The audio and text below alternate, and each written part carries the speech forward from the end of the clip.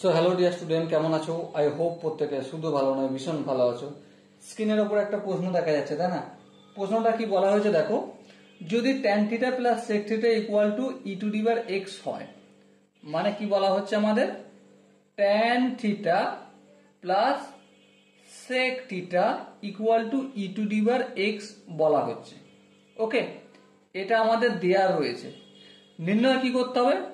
cos theta এর value নির্ণয় করতে হবে। আচ্ছা, এই সলিউশনটা যাওয়ার আগে আমি ছোট ছোট কয়েকটা কাজ করব। কি কাজ? আমরা একটা ফর্মুলা জানি। কি ফর্মুলা? এখানটা লিখছি sec square theta minus tan square theta equal to 1। বলো, এই ফর্মুলাটা কি আমরা জানি? হ্যাঁ, জানি।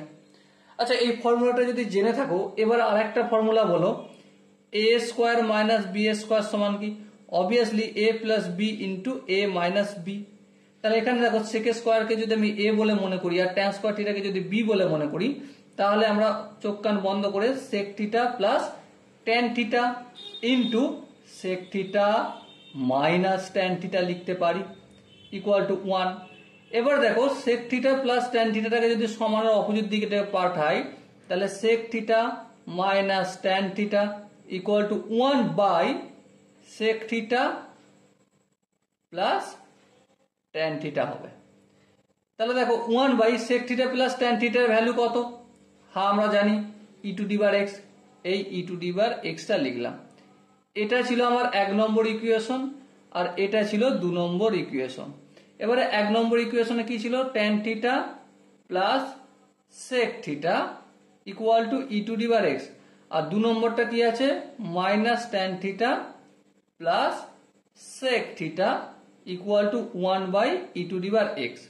এবার যদি ক্যালকুলেশন করি, tan থিটা আর মাইনাস tan থিটা কেটে যাবে, এখানে একটা sec থিটা এখানে আরেকটা sec থিটা, তো অবভিয়াসলি 2 sec থিটা যোগ করছি, তাহলে e to the power x plus 1 by e to the power x।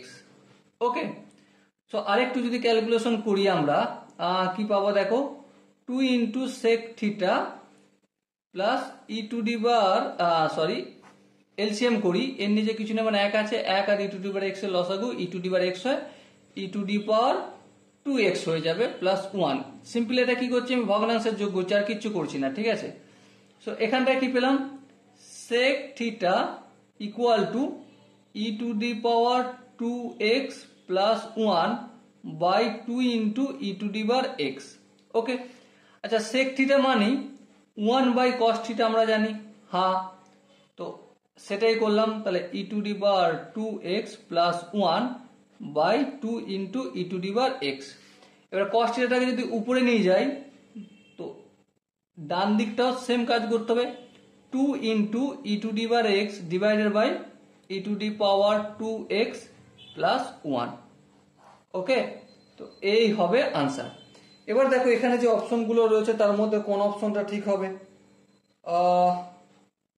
দেখো অপশন এ বি, এ তো নয় দেখতেই পাচ্ছি, বি কি হবে? বি হতে পারে, কিন্তু হ্যাঁ বি হবে। বি কি করে হবে দেখো, আমাকে আরেকটু এখানে কাজ করতে হবে। কিভাবে? 2 into e to the power x যেমন আছে তেমন থাকলো।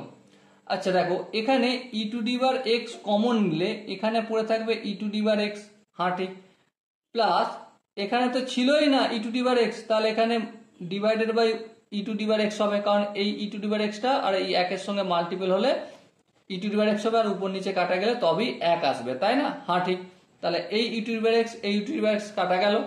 সো কি পেলাম আমি?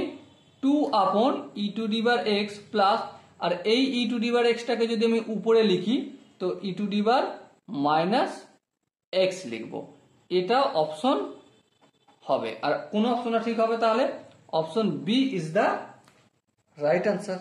ওকে, so dear student, I hope প্রত্যেকে এই কোশ্চেনের কনসেপ্টটা বুঝতে পেরেছো।